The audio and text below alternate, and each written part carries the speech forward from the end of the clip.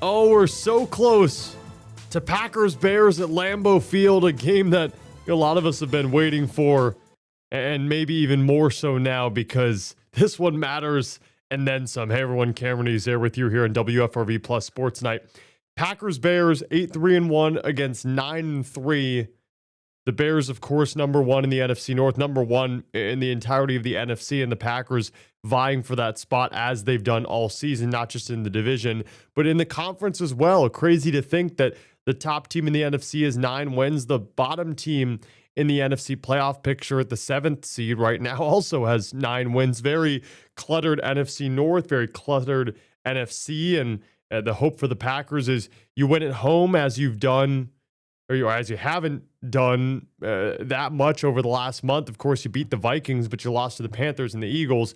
But if you can win at home, that's all you'll need, right? That's all you'll need to make sure you are in prime position going into Denver to not just take down the Broncos, but then, of course, the Bears, Ravens, and Vikings following that. We chatted with Matt LaFleur today. Before we get to him, let's get to the injury report, because it seems like that is a daily occurrence here on the show, and rightfully so. A lot of players banged up for the Pack. Let me just pull up my trusty phone, and here we got Carl Brooks back at practice last couple days, limited participant with that ankle injury. This is a concerning factor. Javon Bullard, that slot corner that's been so good for this Packers team this year, was limited with an ankle yesterday, did not participate at practice today with an ankle. That's something to monitor. But what is good, a pair of linebackers back as full participants. Edgerrin Cooper limited to full today.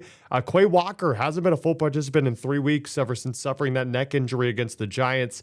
He was a full participant. Baron Sorrell on that D-line, limited yesterday, back to a full participant. Great news there.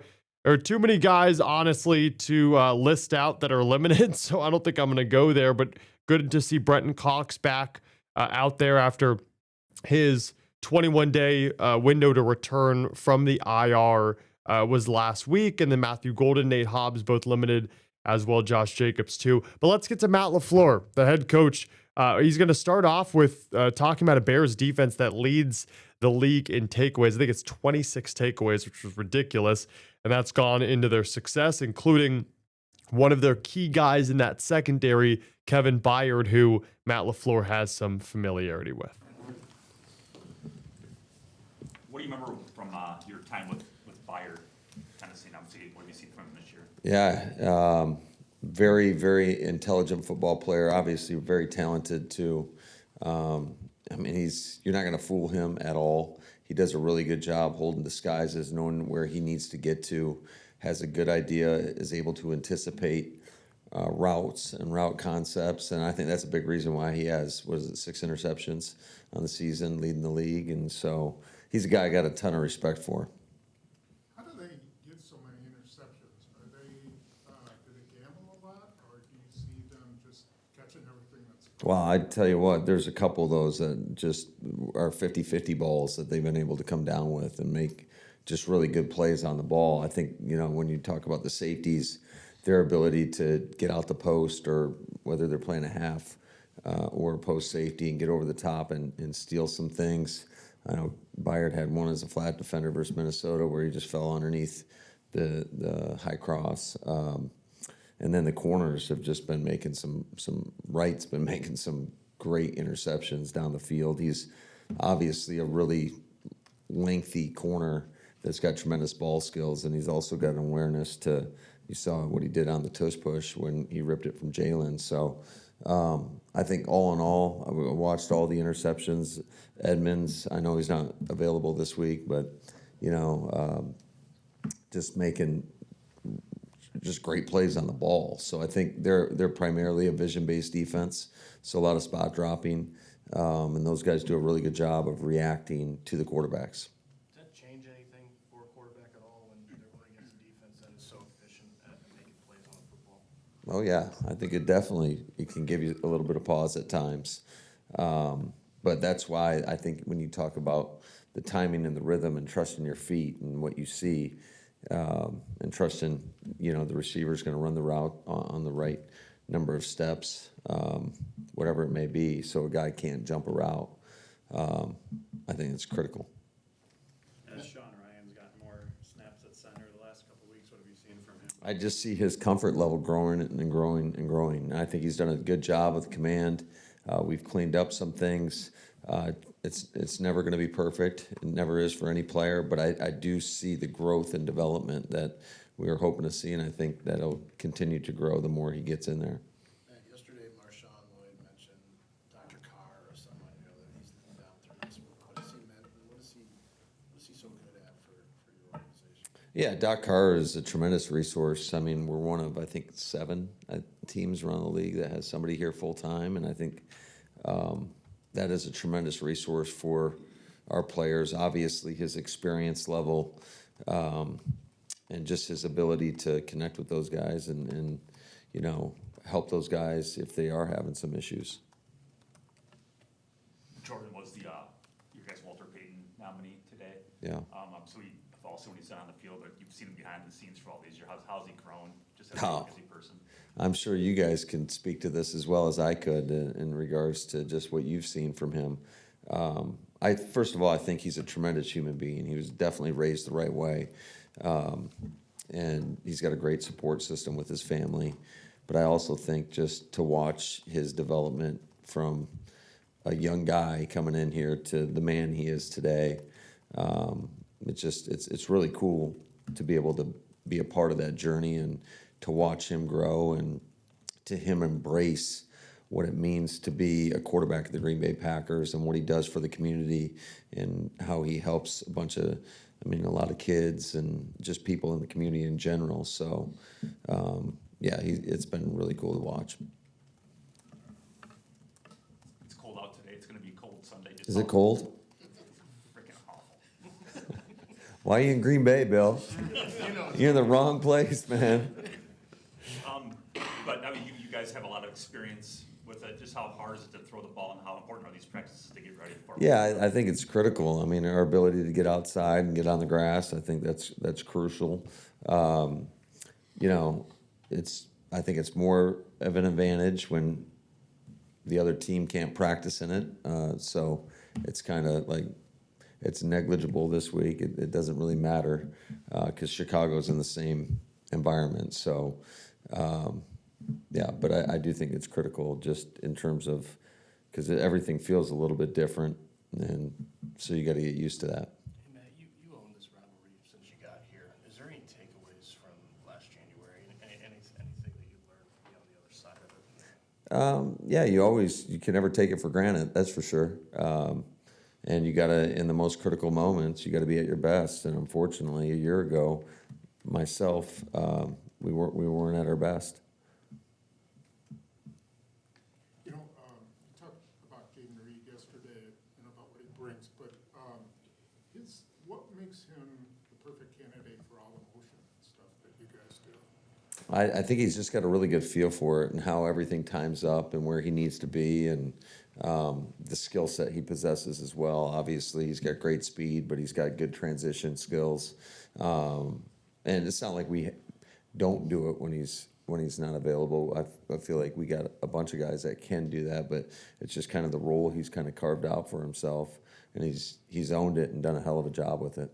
Is that like instinctual, you know, the timing and everything? Yeah, I think I think it definitely can be learned, but I think for some it comes a little bit more natural, and I think it comes pretty natural for him. That's good. Matt, after Christian tore his ACL, it took a couple of weeks for him to have the surgery because of the swelling needed to go down. Was that also the case with Tucker? And did he have the surgery, and when did he have it? Yeah, I couldn't tell you the timeline. It was a few weeks ago, but no, I think every case is a little bit different, and I can't remember the specifics. It's more or less it's unfortunate you don't have them, and then they got to go get it done. So, but as far as the specifics, I couldn't tell you. Now, we asked Carl Brooks a couple weeks ago just how his season's going, obviously with the toe injury, and he said that there's just a lot of room to improve. He felt like he wasn't playing at his best. Obviously, then you go out and you don't have the opportunity and the reps to get better. But how have you seen him throughout this process now, knowing with Devontae being out and he'll have to be more of a force? Yeah, I think Carl is hard on himself, which is a great quality to have. I think most great players that I've ever been around are critical of themselves and always think that there's room for improvement. That keeps you going. And the work he puts in, you see it on a daily basis, whether he can physically do it or he's just mentally locked in. And we're going to need him to play big down the stretch. You touched on the confidence you need to have in guys like that. What is it about him, even though maybe the reps haven't been there as much because with TJ and Kenny last year, that gives you the confidence that you can see? Well, we've seen him do it. So anytime that we've seen somebody do something and know what they're capable of doing, that gives you a lot of confidence that they're going to be able to go out there and do that. What do you know about Jordan Riley and what he can do? Yeah, I met him yesterday. Big man. He is a big man. He's a big man. That was evident. He's got a good energy about himself. Just in my interactions with him, I thought he went out there and he did a pretty good job yesterday. Obviously, he's had some years of experience under his belt, so I think the learning curve will be a little bit quicker for him. But I know he's meeting extra with our D-line coaches, and hopefully we can get him up to speed in case we need him. Is good. All right, have a good one. Thanks.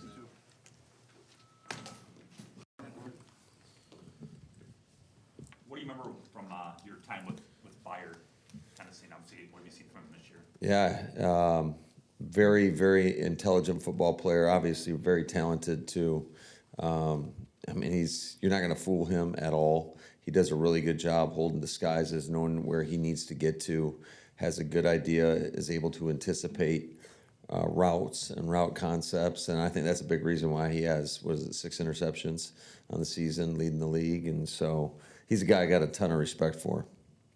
How do they get so many interceptions? Are they, do they gamble a lot, or do you see them just catching everything that's? Well, I tell you what, there's a couple of those that just are 50-50 balls that they've been able to come down with and make just really good plays on the ball. I think, when And that right there, head coach Matt LaFleur talking all you need to know ahead of this Packers-Bears matchup. Sorry, he reran for a little bit. LaFleur, I thought it was interesting what he said about Kevin Byard and this Bears team taking advantage of those opportunities, because it's been the complete opposite for the Packers, or at least it was to open up the season. I think that's 5 of the 6 or 6 of their last 7 games creating a turnover. Didn't, of course, against the Lions, but I think that's what the game comes down to. And in the frigid temperatures, as much as we want to talk about the Bears' run game second and rush offense in the NFL, and then the Packers' ability to throw the ball and their depth of weapons on the outside, especially for Jordan Love, I think the biggest thing will be who doesn't turn the ball over and which defense creates more turnovers, because that margin might be that small. It's like in Detroit, there's a similar amount of total yards, exact amount of plays ran by both teams, and it came down to who capitalized on 4th downs. It was the Packers 3 for 3, the Lions 0 for 2. When we come back on WFRV Plus Sports Night, we're going to chat with Josh Jacobs. Of course, did not play against the Vikings a week and a half ago, but did play against the Lions last week.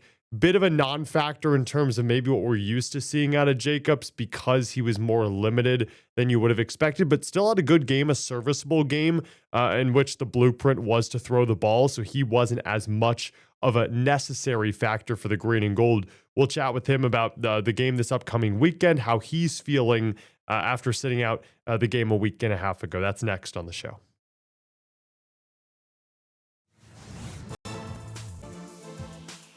Back here on WFRV Plus Sports Night, RB1.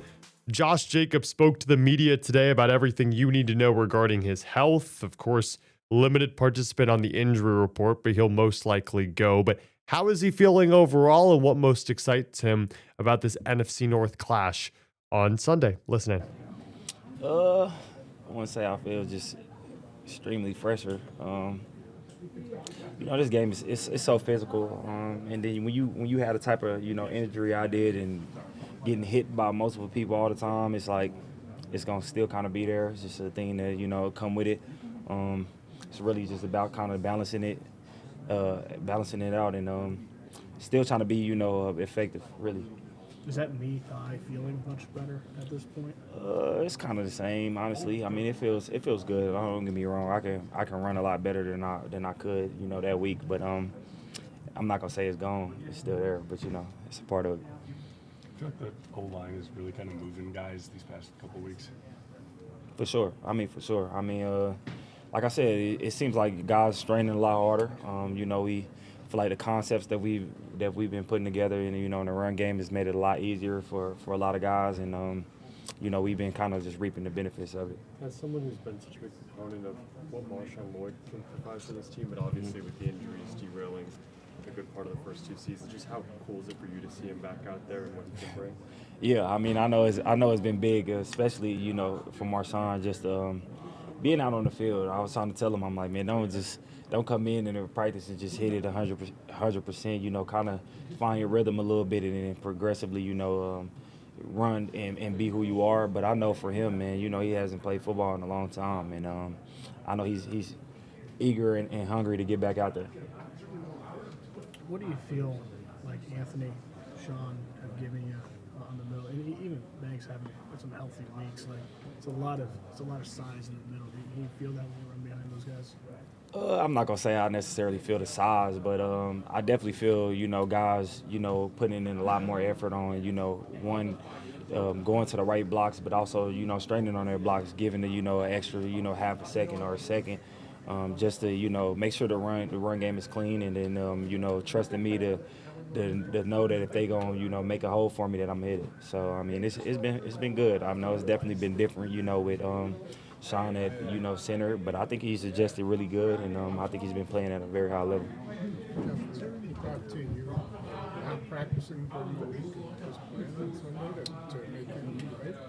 Yeah, it's definitely, you know, talks, but I'm one of the people, like, I like to feel it. Like, I gotta know what I'm dealing with, you know what I'm saying, in a sense, because I feel like if I run and even if I feel it a little bit, like, you kind of get used to it. You know what you expect. I don't want to go out there and then just be like, okay, damn, I'm feeling something and not really know how to handle it. So I like to get my reps in. How much this week have you been looking at film of what the Bears do, just punching the ball out, ripping the ball out? But they've had some really impressive takeaways that aren't just the normal touchdowns. For sure. I mean, you know, they lead the NFL in turnovers. So their defense, some's been give me's, and some's been, you know, really, really great plays, you know, by their defense. So shout outs to them for that. But I don't plan on, you know, giving the ball away. So we'll see how it goes.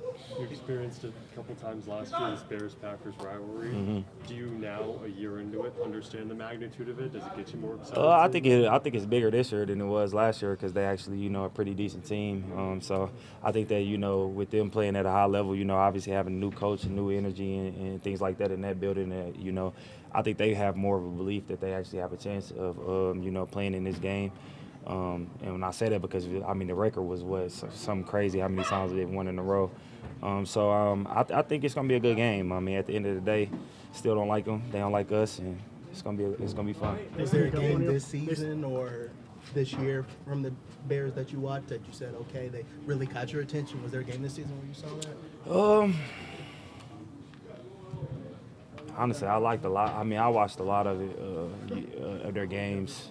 I probably watched like 6 or 7 of their games. But, you know, it's kind of different because a lot of the guys that was playing, you know, 6 weeks ago are kind of not playing. Like, you know, some of the linebackers, you don't know if they're going to be back or not. You know, like Tremaine Adams, he's a great player for their defense, you know. So, the guys that's been in, they've been playing pretty well too. But, you know, it's just different. We don't really know what to expect, what they're going to give us, you know, from our looks and things like that. But I think we're ready. I know there's a lot going on yet. We'll see exactly how the week works out. But with Jaden being back at practice, what would that mean for him, you know, and having him back available for a stretch run here? Oh, I mean, he's an explosive player. He's a dynamic player. He's a guy that, you know, a lot of people in this locker room respect. He brings, you know, the certain type of energy and you know, a mentality to that receiver room, but not only to that receiver room, to, you know, to the offense.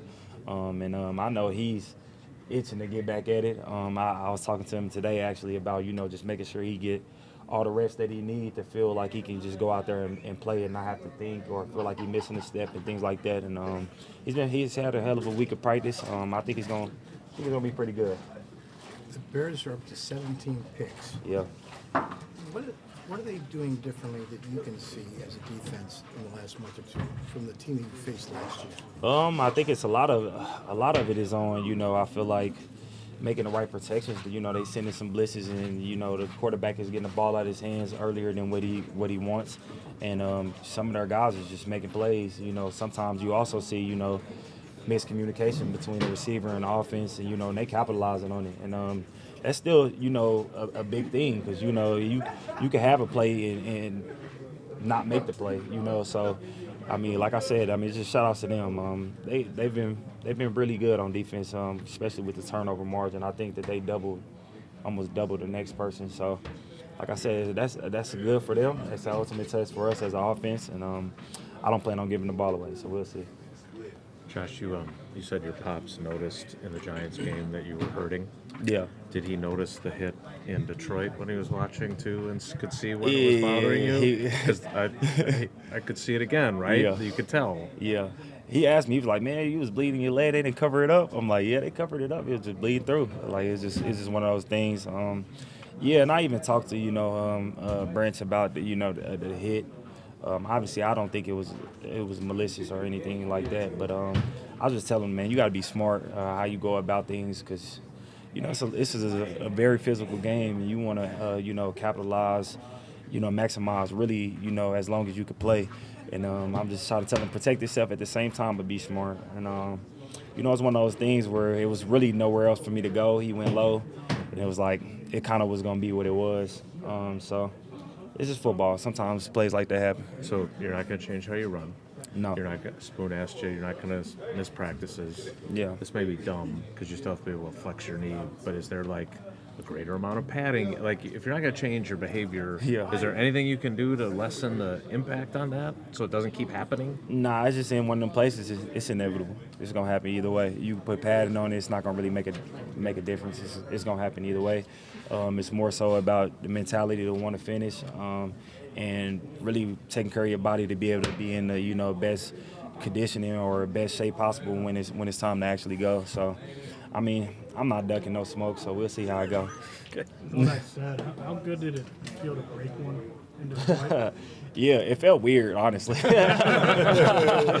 felt weird. I kind of got in space. I'm like, oh, so what do I do? But man, it felt good. We to have a couple of big runs. Really, if you would have asked me, at halftime, what I would have thought, I thought it would have been a lot crazier just because of the first half of how it went. But we never complain with a win, and getting the yards per carry up. So I mean, we never gonna complain with that. And it looked good for Jacobs, especially in the early going, and throughout it felt like the distribution in that Lions game from run to pass worked in the Packers' favor. They could really dictate the game on offense, and their ability to run the ball and get more than just 3 yards in a cloud of dust, as Matt LaFleur likes to call it. It opened up the passing game, and the Lions playing a lot of man-to-man. Those one-on-one matchups favored the Packers, especially Dontavian Wicks, even Christian Watson down the field, or really anyone in the flat, right? If Jordan Love wanted to just throw a 6-7 yard pass, he could. As the Packers, of course, they beat the Lions, and now all eyes are on the Bears. When we come back on WFRV Plus Sports Night, we talked to Micah Parsons about the Packers-Bears rivalry, and let's just say he is truly a Packer for what he said. That's next on the show.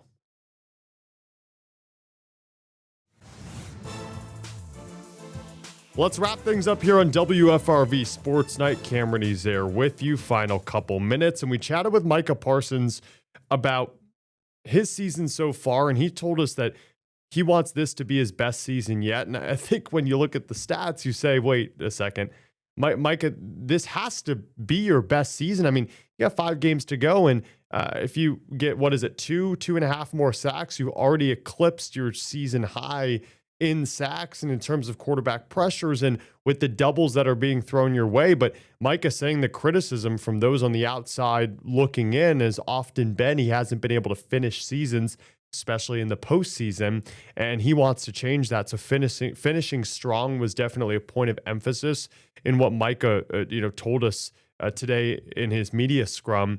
On top of that, we asked him about Packers-Bears, and it was quite the interesting back and forth between media and Micah, because When asked about it, he mentioned, yeah, I don't like him because kind of sense the disrespect. Outside of Ben Johnson and what he said to Matt LaFleur, and offensive coordinator Adam Stenovich had a gold line saying, yeah, the coaching staff took that personally, that Ben Johnson said he likes to beat Matt LaFleur twice a year in his introductory press conference with the Bears when he came over from the Lions, alluding to the fact that when he was in Detroit, they would often beat the Packers, and that's why he stayed in the NFC North, because he likes to beat Matt LaFleur twice a year. And when we asked Micah and he mentioned the disrespect, we were kind of following up and saying, how have the Bears been disrespectful? Just because we don't want to assume that the Bears have, even though we understand the volatility between these two teams and the history behind it. And he was more talking about a team wanting to come into Lambeau Field and stomp on their own ground or on the Packers' ground. And when he mentioned respect, it was almost respect from the league and how the league views the Packers and how there is a little disrespect based off the inconsistency that both the offense and the defense has shown. But there was a little dig at the Bears in terms of, hey, we understand even more so why the team from Chicago is a team that we might not like a little bit more. And when asked further about the respect factor that he feels that this team still needs to gain, whether it be from the league or even from the Chicago Bears, this is what Parsons had to say. Respect is something that's earned, and these people want to come here and they want to beat us in our house, and, we got to eventually go there. That's, if someone comes on your lawn, what would you say? So, it's that type of, it's a respect thing, like, especially losing a couple games at home and the way we lost them in a fashion. Like, I think we have to come together as a defense to get our respect back. And it starts this. He was just closing out the thought saying it starts this Sunday, but just want to clarify, that's not bulletin board material. Because then I asked Mike, I said, so is it the Bears being disrespectful, or is it just because of other teams wanting to go into Lambeau and thinking they can beat you on your own home turf or home grass? And he said it was more of that. But I feel like there's a little more, right? Evan Williams, the Packers safety, said in the locker room on Monday that there is extra hatred there. So I feel like that has amounted to something in that Packers locker room. And I know Packers fans will be very excited that one of their best players, if not their best player, Micah Parsons, is fully aware of the hatred they have for the Chicago Bears and how that will materialize on Sunday. This is our final WFRV Plus Sports Night show until that Packers-Bears game. We hope you enjoyed the coverage throughout the week, and we hope you enjoy arguably the biggest game of the season, as this could pole vault the Packers into prime position to maybe even getting that 1 seed in the NFC. I'm Cameron Ezer. We will see you next week.